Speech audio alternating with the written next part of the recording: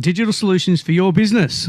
When the going gets tough, Going gets tough. when the going gets tough, DB results. when the going gets tough, DB results. Well, there you go.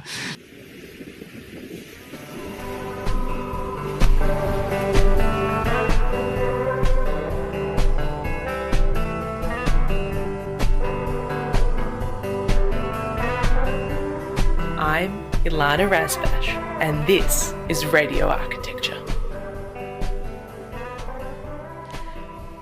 Good evening from beautiful Bunurong country. We are broadcasting to you live on Radio Karam from Eastern Kulin Nation land. As always, you can join the conversation and text us here on 0493 213 831. We'd love to have you with us, and you can ask our guest all your questions. My conversation partner this evening is David Welsh. He is an architect, writer, and director of Welsh and Major, a modernish architecture studio based on Gadigal land, Sydney. David has over 25 years of architectural experience, working on a range of projects, both public and private, with project values up to $150 million. He formed Welsh and Major in 2004 with Christine Major, prior to which he gained 10 years' experience working for award-winning practices both locally and abroad. David has a depth of experience in creating beautiful and distinctive buildings both here and overseas. He ensures that Welsh and Major's designs respond in a unique and inventive way to their siting and broader context. The practice has won a number of state, national, and international architecture awards across a range of categories for both public and private clients. David has taught master's studios at UTS, undergraduate studios at the University of Newcastle, and given guest lectures at UTS, UNSW, UON, and USyd. He is currently serving as the New South Wales Chapter Councillor for the Australian Institute of Architects and co-chairs the AIA New South Wales Editorial Committee, responsible for producing the country's oldest architectural publication, the Architecture Bulletin. He has also served on a number of architecture award juries. David is also a contributing writer, for a number of architectural publications, both in Australia and overseas, writing on a diverse range of public and private architectural projects and exhibitions. Welcome to the program, David. Thanks, Ilana. That was quite a read that you had to get through there.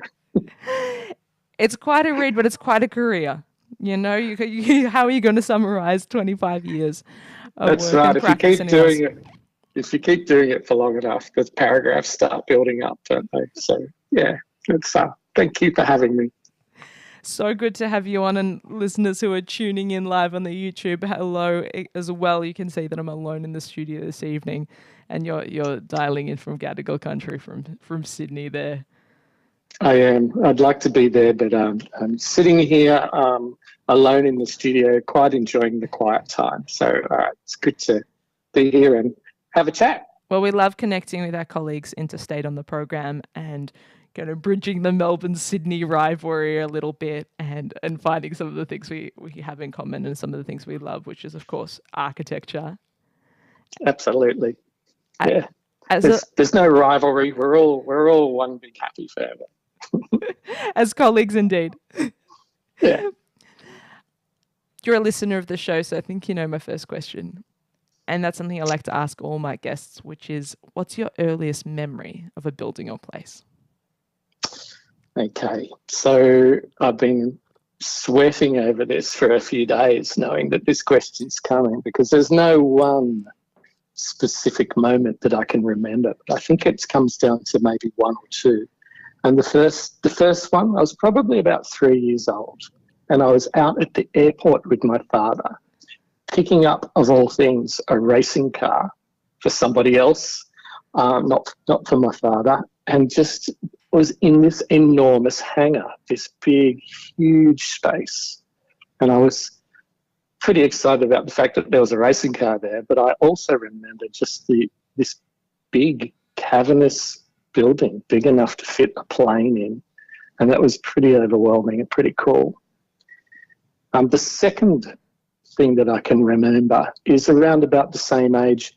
sitting in my bedroom in our newly constructed house in Borkham Hills in northwestern Sydney, just looking out at the garden and sitting in this corner of my bedroom, which had a corner window, which was quite amazing.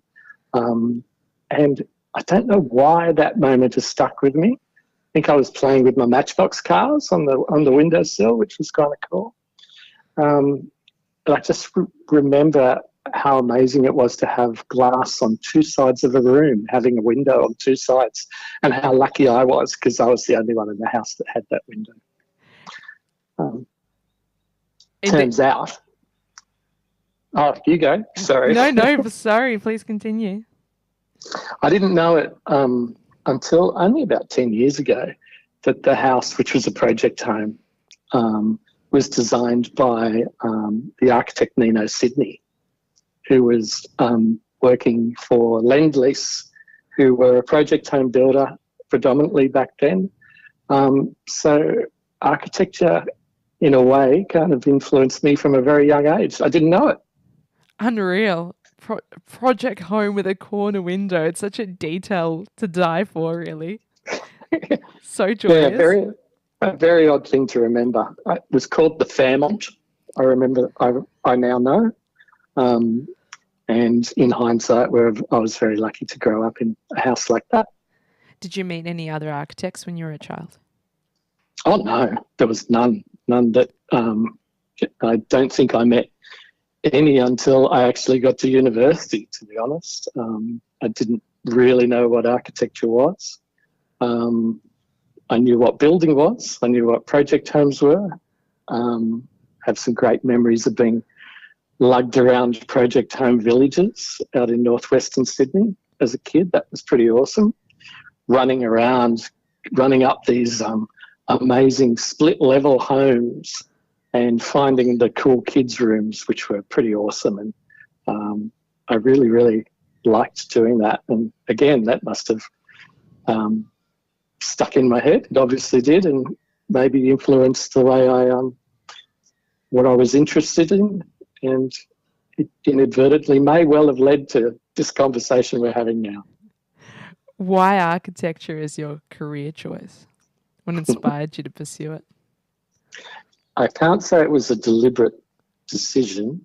I'm not one of those people who say, I knew I wanted to be an architect from a very early age.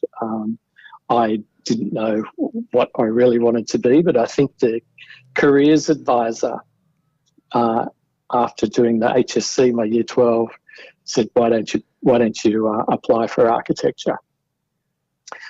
We did study architecture and sculpture as part of the art course in year 12.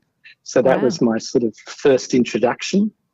And there's some pretty amazing things that I learnt, some of the classics, looking at the Pantheon and the Parthenon. I think the newest building that crept into the art book was the Sydney Opera House, 1973. So I put it down on the application form, and it was my fifth choice out of six. And I got it. So I was shipped up the highway up to Newcastle, 2 hours north of Sydney at 17, and there I was studying architecture. You would have had a while ago.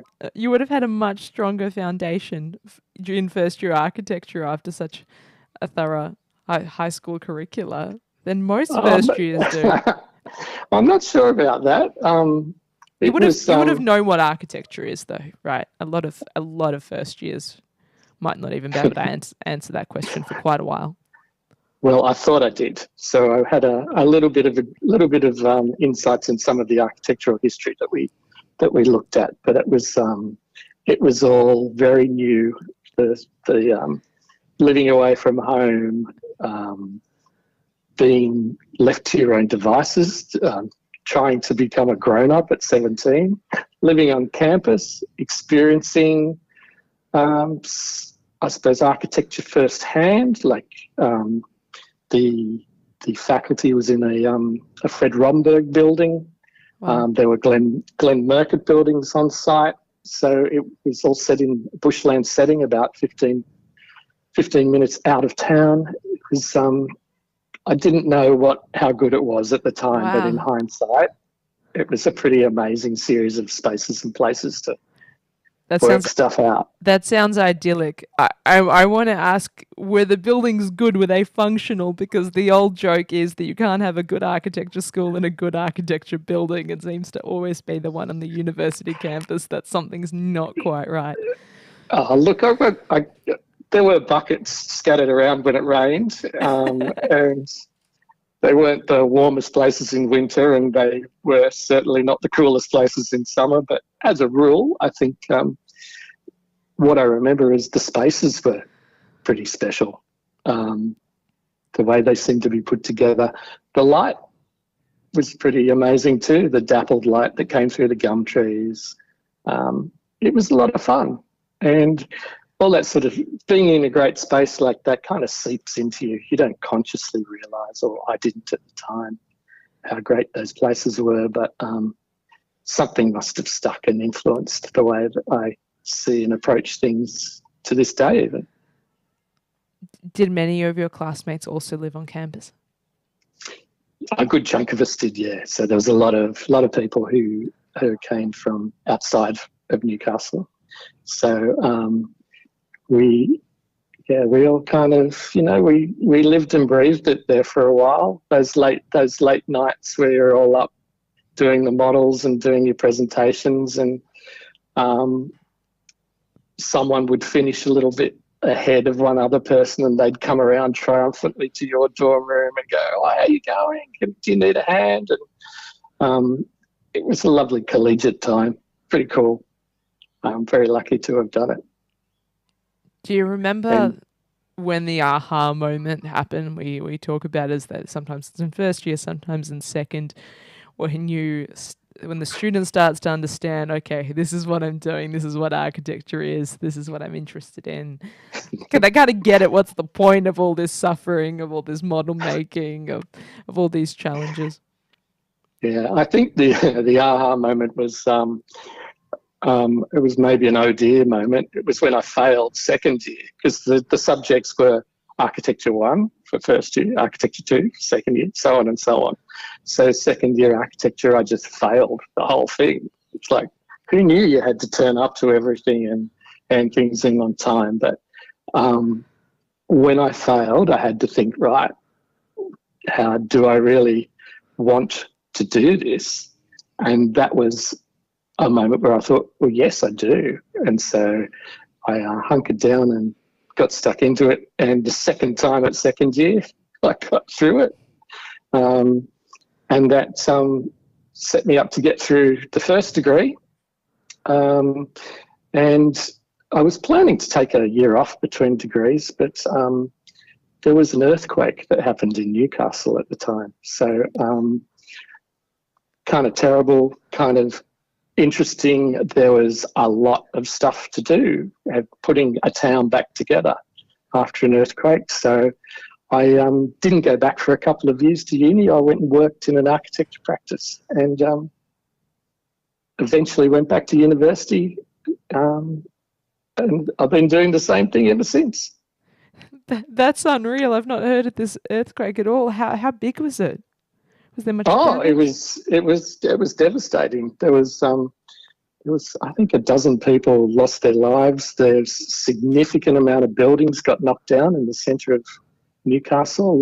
A few fell down. There was a really big reconstruction in the late 80s, I think it was. Was it 90s? I can't remember. Late 80s.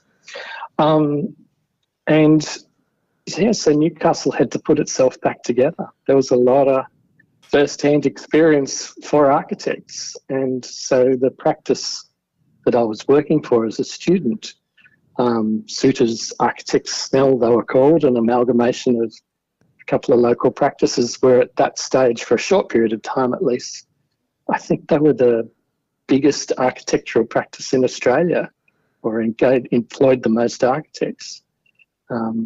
It was, kind of an interesting and I hesitate to say special because an earthquake's not a good thing, but Well, meaningful, certainly very meaningful to be able to Yeah. contribute back to that place. absolutely. So and it galvanized me into realizing I wanted to be an architect. So I went back to finish the master's section of the degree with a little more intent than I approached the first one.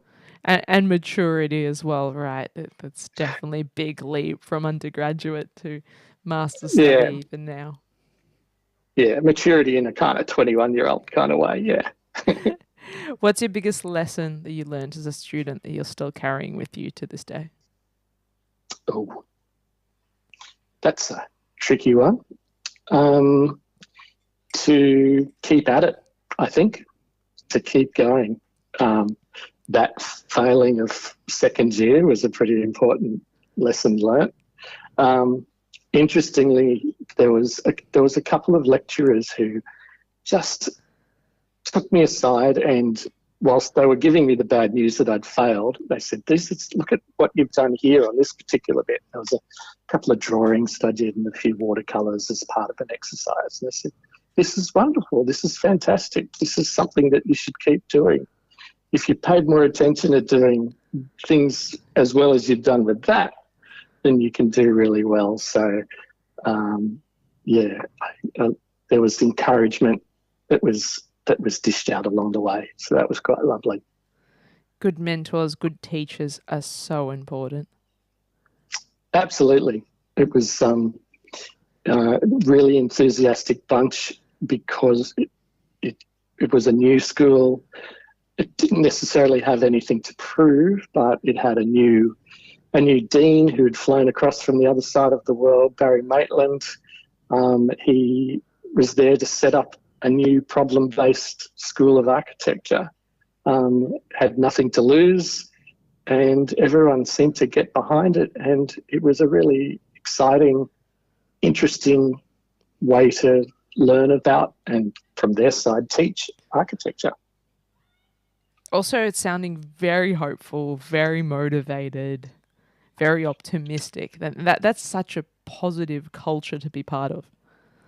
Yeah, it is. It was quite supportive because we were not in the big smoke. We were kind of still relatively isolated. As a group, we kind of stuck together in some respects. I think the final graduation group, there was 24 of us, with 27 of us, all sitting in a small room. They called it a studio, stuck underneath the library. Very small slit windows, it kind of taught us resilience. Some of us still get together. Got good friends from there. My partner, my wife, Chris Major, she was part of that cohort as well. So we all got to know each other, learnt things about each other and ourselves, and a good chunk of us are still talking and close to this day. That's such an amazing journey, and actually to still have that continuity with your life partner and your business partner. How did you know that you were ready to take that leap and start Welsh and Major? Well, that took a little while after that. We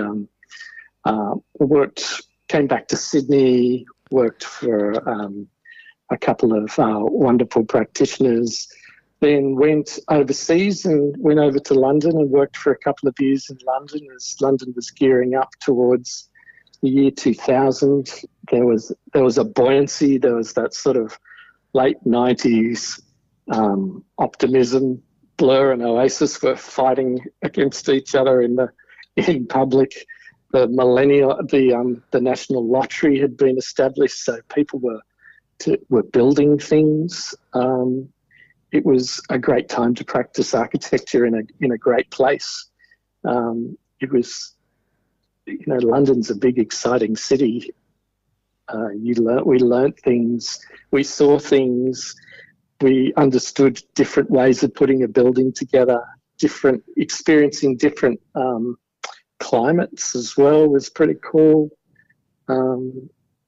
and it was a really special time, fun time, which eventually got to its end, and we came back to Australia, went and worked for a while with some other practices, and then another 5 years before we established Welsh and Major. So there was a bit of a journey before we took the leap to hanging a shingle up with our names on it ourselves. And how did you know that the time was right? I think I was asked to do something in the practice design, contribute to a design of a building that I wasn't particularly interested in. And it was like, okay, this could be the next few years of my life. It's now or never. What have I got to lose? In my early 30s, let's just do it. So on the back of doing some work for my mum and dad's house, we took the leap, rented a table in the back of someone else's studio in Surrey Hills, and started work on an alteration and addition to a friend's house. And that was the start of something that 20-something years later has evolved into our practice today, where we're working on a whole lot of varied and wonderful projects of different scales. And huge significance and international recognition as well on these projects. I'm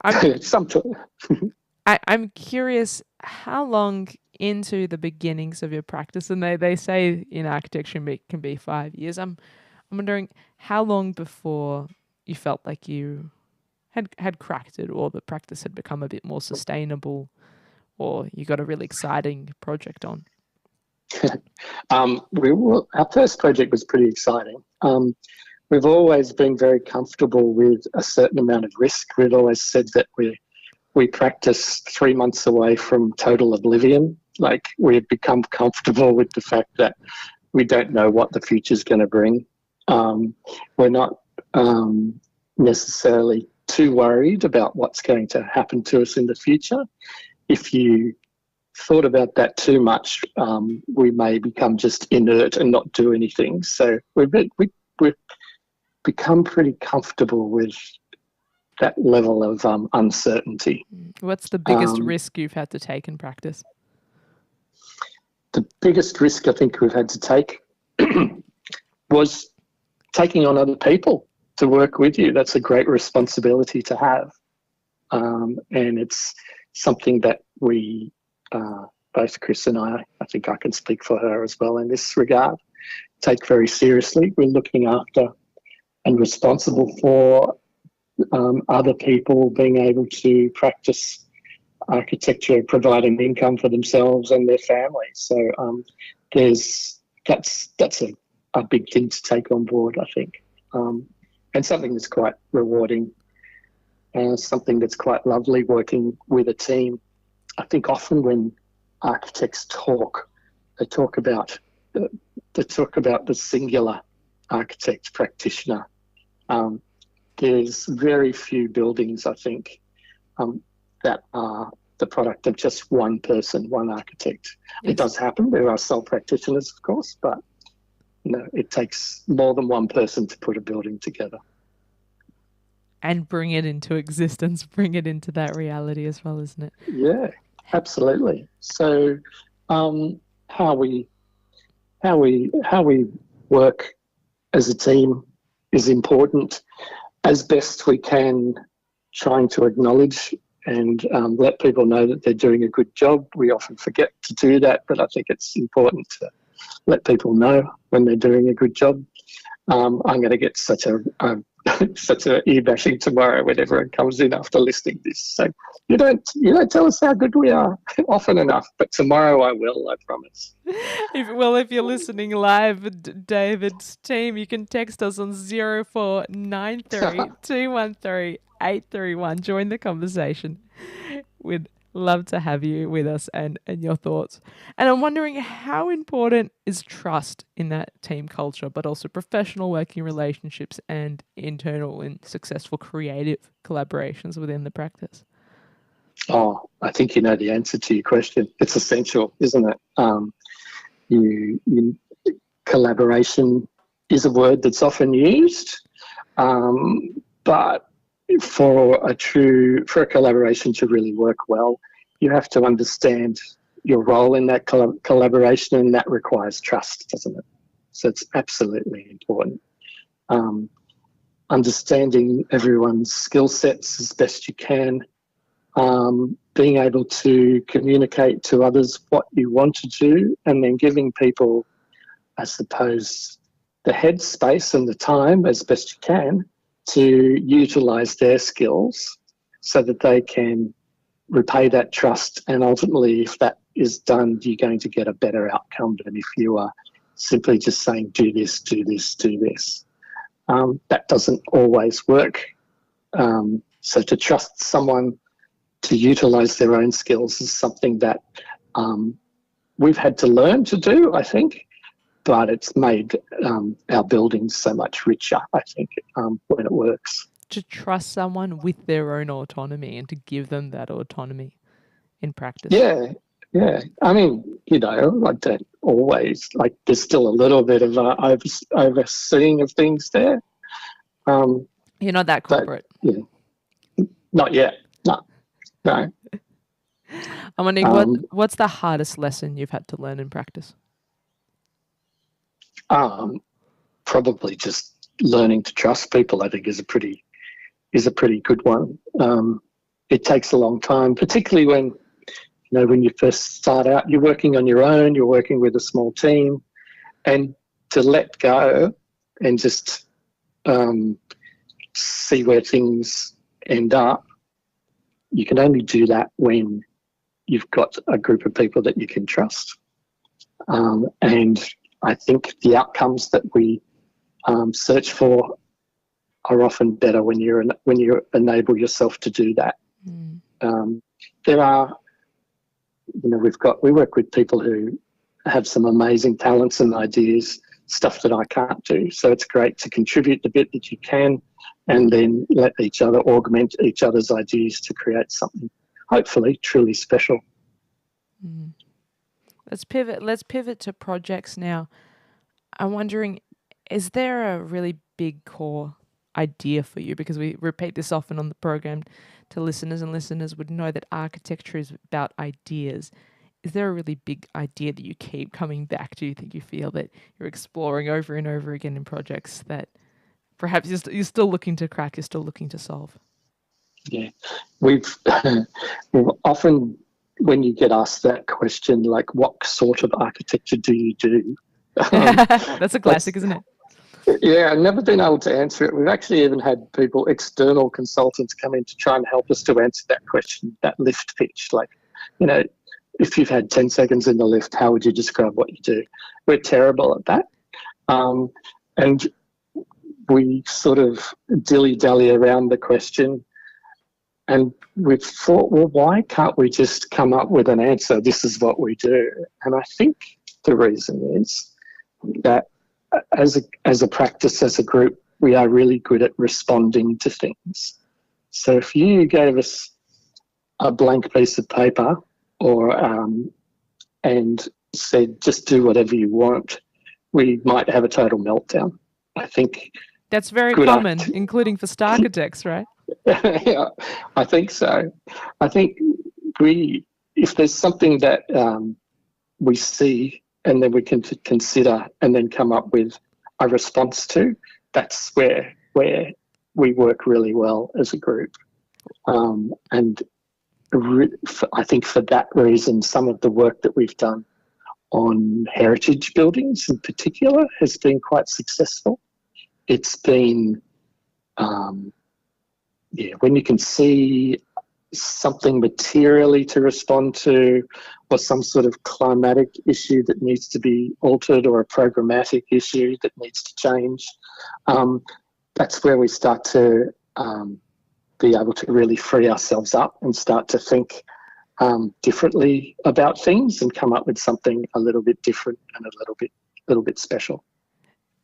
heritage projects are often seen as a bit of a battleground, really, and very hard to get across the line and be imaginative, which and reach possibility. But you seem to be very excited about the space that's created there and the opportunity that you can carve out. Yeah, I think I used to, well, still do, really love poking around old buildings and things. I hope you can't hear that big dinging sound that's coming through my phone. Yeah, it's just great being able to experience what other people do and what other people have done and how they've responded to things, and getting an inkling into how people used to live is really kind of special. And having the privilege to work with existing buildings and then being able to change stuff, adapt things to how we live today is a real privilege, something really quite lovely. It's really unexpected. We kind of accidentally fell into the space of working with old buildings.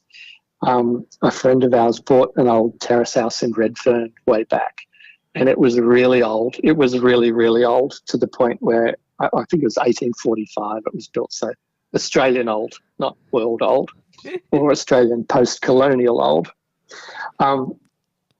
That led us to winning some heritage awards, which started to lead to us being considered to work on public buildings and different kinds of buildings, hospitality venues, all sorts of things. So unlocking ways to work with the past has really led to something quite exciting for us as a practice of 11. And it's still opening doors for us as well. And it's also, I think, it leads to questions, meaningful questions and answers about, I'll say, environmental responsibility. We don't like to use the word sustainability.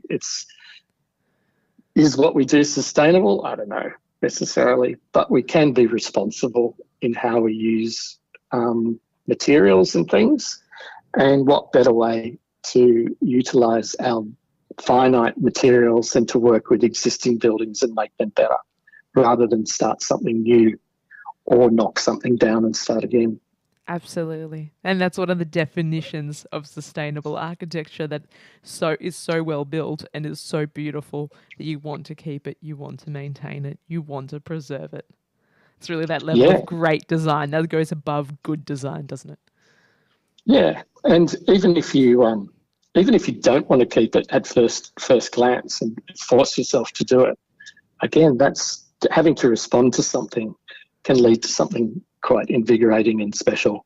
So our first port of call when we are working with existing buildings is try to keep as much of it as possible. The response, the idea of responding either to the building that exists, that almost becomes a client if we want to personify it, that heritage fabric, that heritage building becomes a client in itself, but that responding is also like very good stakeholder consultation, very good, deep, early engagement, gives you the material to come back with a great outcome. Yeah, absolutely. Those buildings become part of your client group, really, don't they? It's being able to respond to them.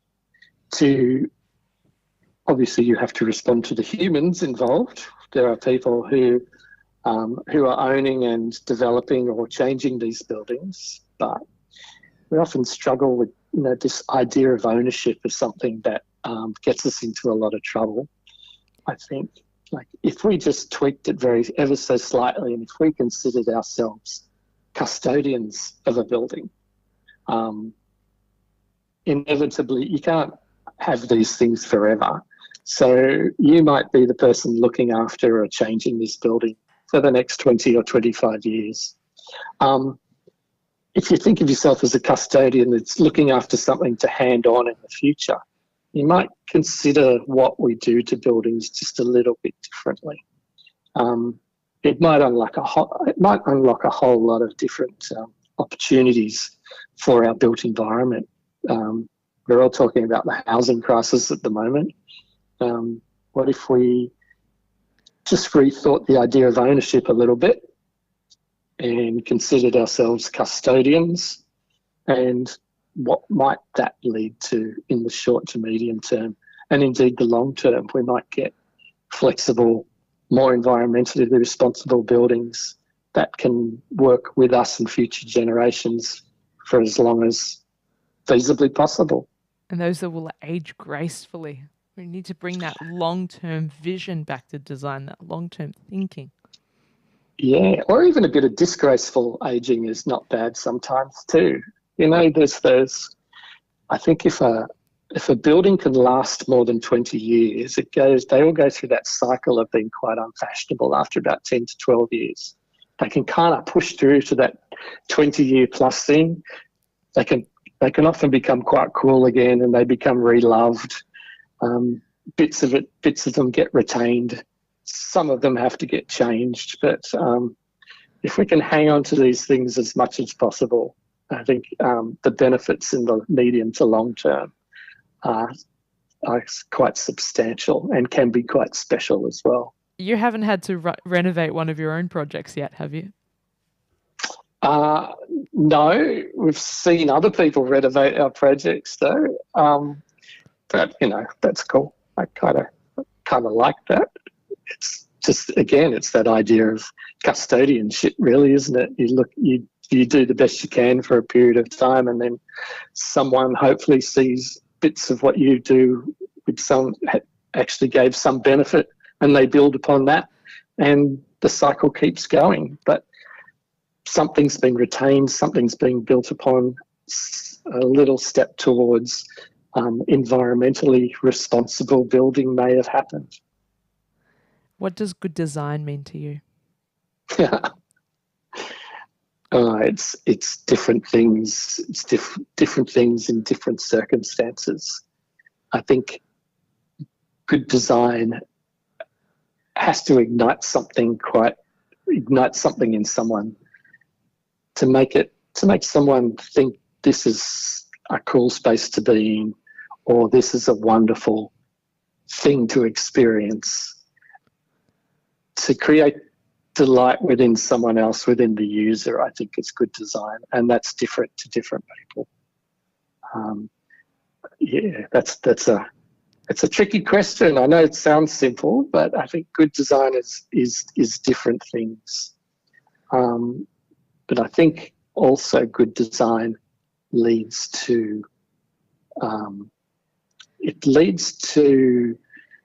buildings, objects, places and spaces being loved and respected, and that folds into the idea of good environmental stewardship.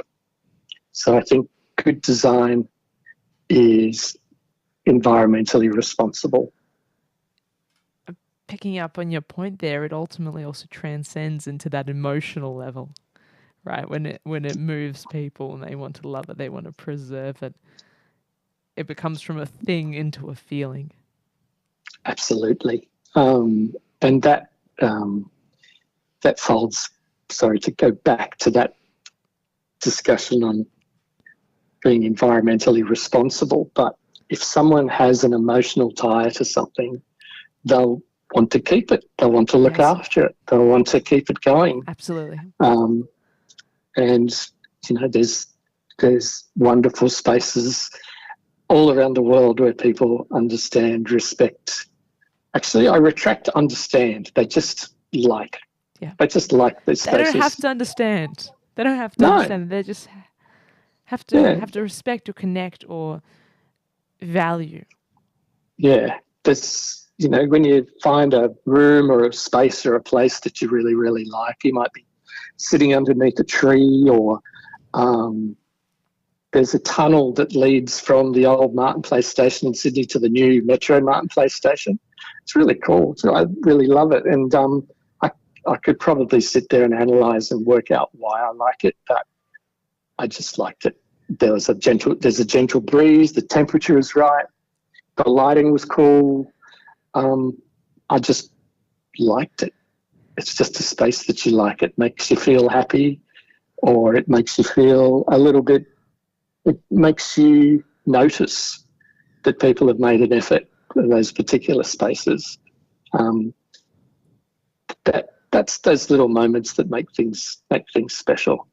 And that's, I think, what ultimately drives us as designers to create those moments for people.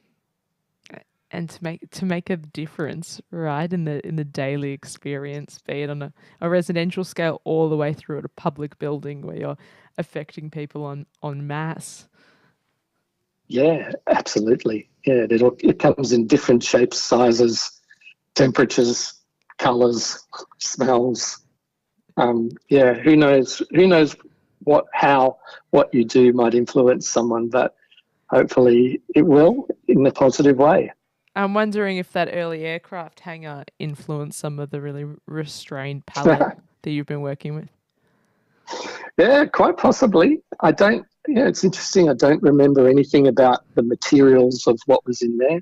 I do remember I remember space, light, and dark as well. So I think whilst materials are important, I think how they come together spatially is something that interests me more than the applique of a particular material, surface, or colour. It's still important, but I think there's some beautiful spaces are the things that I really notice. Early memories from Romberg there, perhaps. Maybe. We a few years ago I was lucky enough to go to Sao Paulo, and we got to go into Oscar Niemeyer's big dome structure in the park, which was, I think there was an exhibition that was just being bumped out, and so there was 3 or 4 of us in the space, and there was indirect light to the point where there was no colour in it at all, but there was this weird spatial awareness. It was quite lovely, just being aware.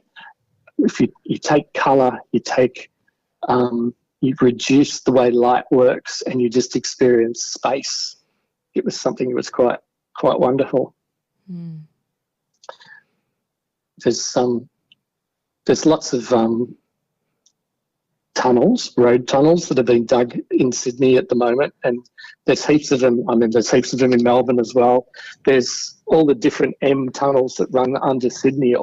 They're amazing, huge spaces when you think about them, and they curve this way and that, and they have there's almost no perspective. There's no vanishing points or anything. I'd really love to experience those tunnels with no cars, to just see this pure space. I'm wondering what they'd be like, these giant rooms that seem to have no end, no corners, no flat surfaces. It could be something quite wonderful. It sounds pretty scary, actually. It sounds stressful almost in the description, perhaps not made for the human condition, but I'm seeing your airline hangar again, David. Yeah, I know, it's a bit weird, isn't it? Hanging out in airline hangars and tunnels. I've got to free myself up and be a bit friendlier in the spaces that I like. Well, it's interesting. As architects and designers, we have these interests, these particularities, precedents that we're drawn to over and over again that can sustain our work. I've had past guests in conversation that are always drawn to towers, and they seem to build small little towers and turrets and even minarets on their project. And perhaps that's your repeating theme. The large span, the hangar, there are elements of that in your it's not the space I work in, but I'd love to. That'd be great one day. Just it reminds me, I was looking at a particular project and how we had to respond to I suppose the old cragginess of the building, and nothing was even, nothing was, the structure wasn't on an equal grid or anything. No right angles. No right angles. And I started to go back to there's a project that I think it was Palladia's first project, maybe. It's sort of let's call it a balcony or a loggia that wrapped around the town hall. It's what's the name of it? It's the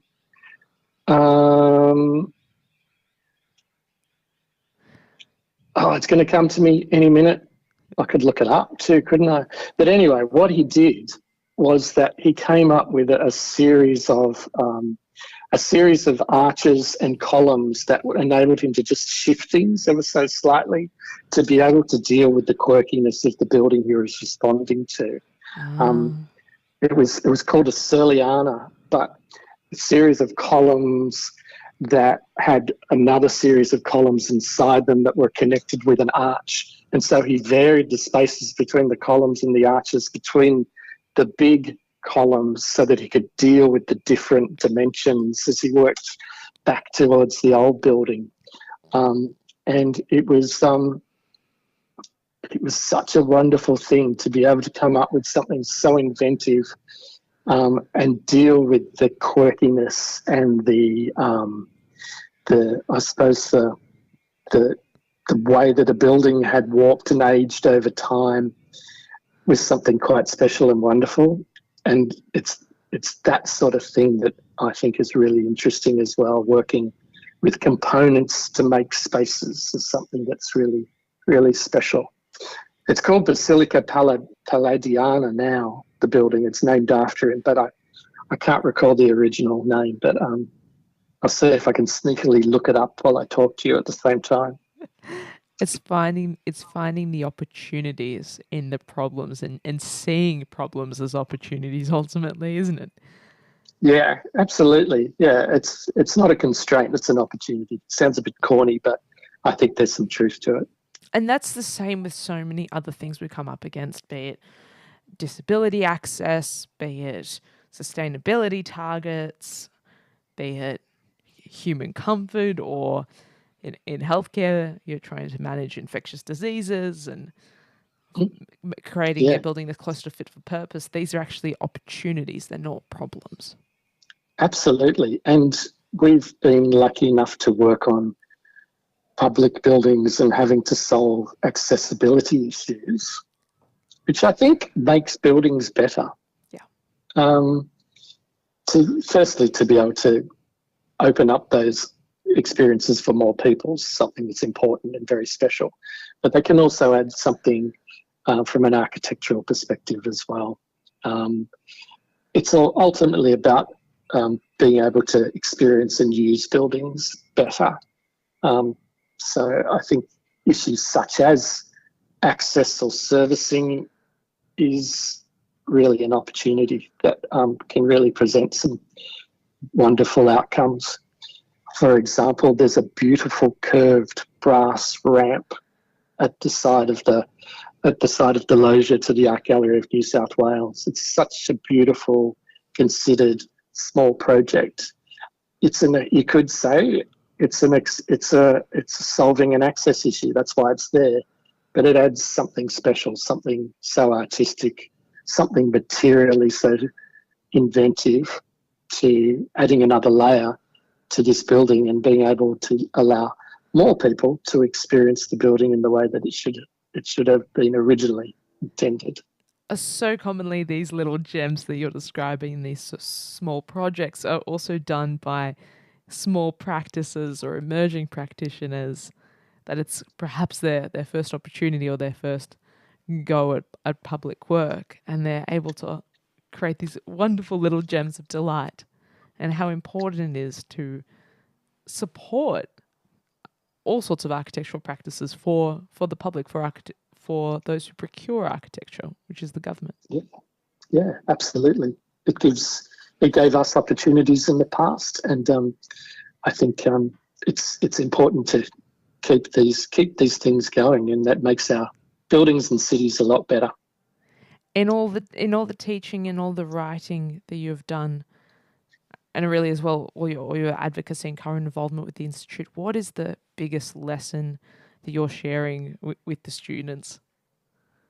Yeah, I haven't done too much teaching of late. I think I gave a lecture earlier in the year at UNSW, and what annoys me a little bit is when architects get up and speak and really they talk poetically, but I think I'd prefer to talk a little more honestly to the students, to sort of lift the hood, if you like, to talk about the workings of how architecture is made and not present it simply as a finished piece that drops down from the sky.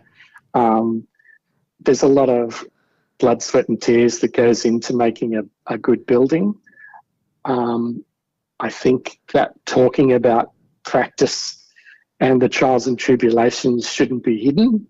I think it's something that we should honestly share with students and emerging new practitioners about. It can be a bit of a slog at times, architecture, but it's very rewarding when it's done. And I don't think we need to hide behind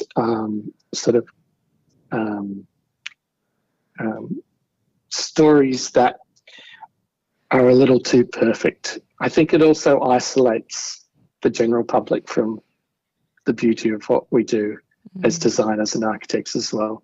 Well, it's exactly why we have these frank and plain language conversations on this program on radio architecture, where communication is so important.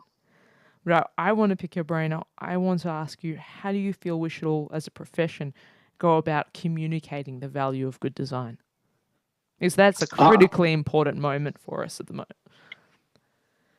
It sure is. I think we need a bit more plain speaking. Why is good design valuable? It doesn't have to be about monetary returns or anything like that. It's how does it make things better for everybody. It can make you feel better. It can make you live healthier. It can make you appreciate the way you live a lot differently. We don't seem to be able to cut through that story of architecture being a slave to development and the monetary return. And it is tricky to explain the value of a better space or something like that. But I think if we talk, if we concentrate on more plain speaking, I suppose, talk about the values of making places and spaces better, I think eventually it's going to sink into, for some people, not all people, and incrementally we can make things just a little bit better, even if it's just one or two houses at a time. I think there's a place for, I suppose, just improving things a little bit. It doesn't have to be an opera house every single time.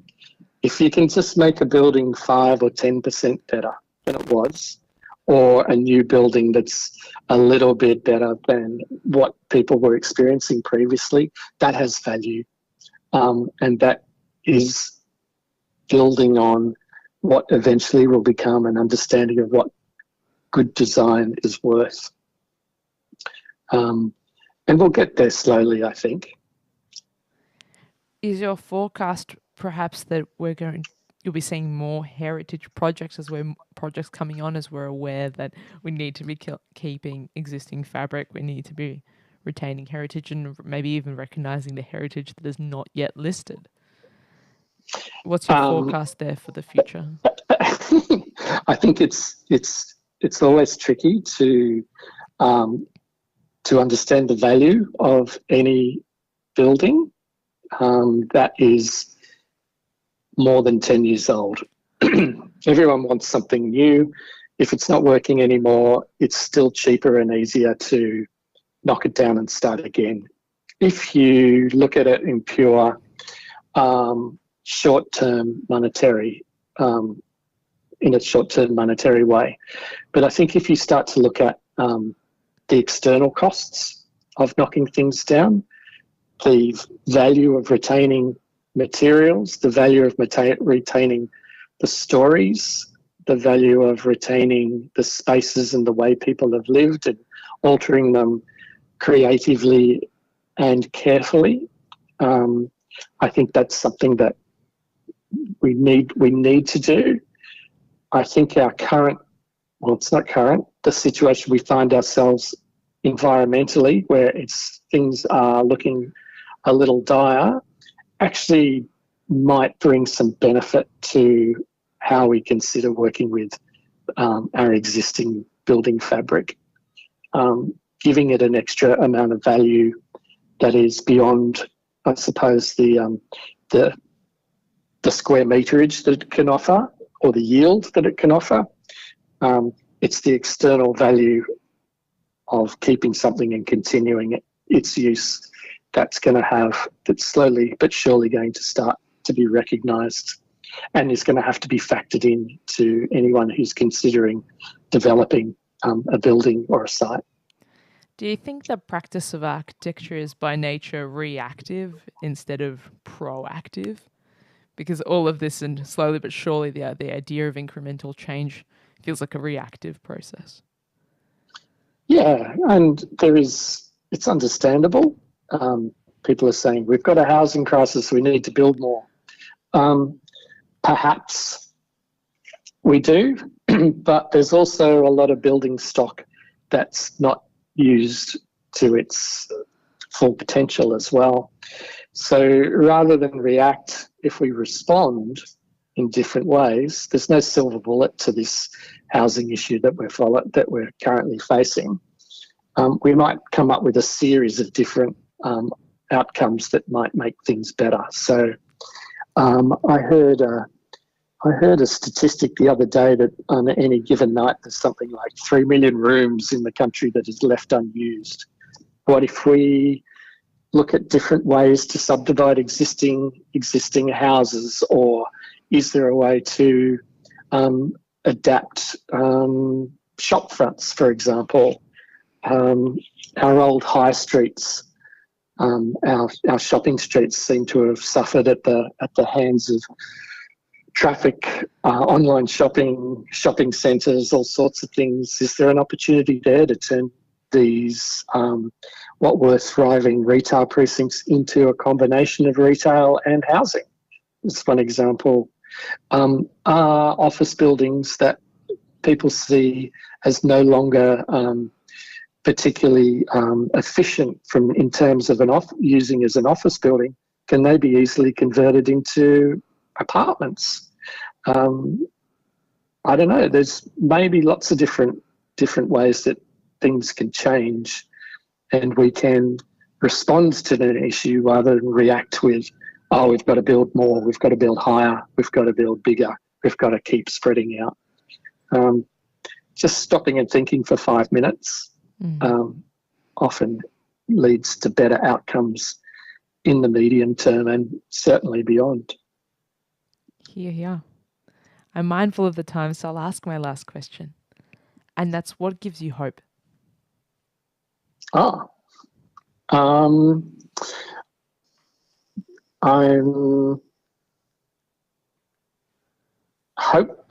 have hope in that we'll find opportunities to make things better. We always have, we always will, I think. I see potential issues that we're facing as just another opportunity, and the human spirit and the creativity that is evident in so many people in our cultures and society will see these things as something to respond to, something to improve on, and things will get better. Thank you, David. That was a beautiful answer, and I think also a perfect quintessential summary of your approach to design and your approach to creative thinking, that there's these opportunities. Yeah, there's so many opportunities. I mean, it's what's kept us doing this for so long. It's something you've got to be an optimist. Comes along. Totally, absolutely, and so far so good. Thank you so much for joining me on the program. Thanks, Ilana. It was great. Thank you. Thanks for joining me for another evening of radio architecture with Ilana Razbash. This live show was broadcast and recorded in the Radio Karam studio on Bunurong Country. You can replay the show wherever you get your podcasts. Thanks for tuning in and supporting community radio. Take care. Hi, this is Marcus from Hot Tubs Time Machine in the UV Race. You're listening to Radio Karam. Keep it real and enjoy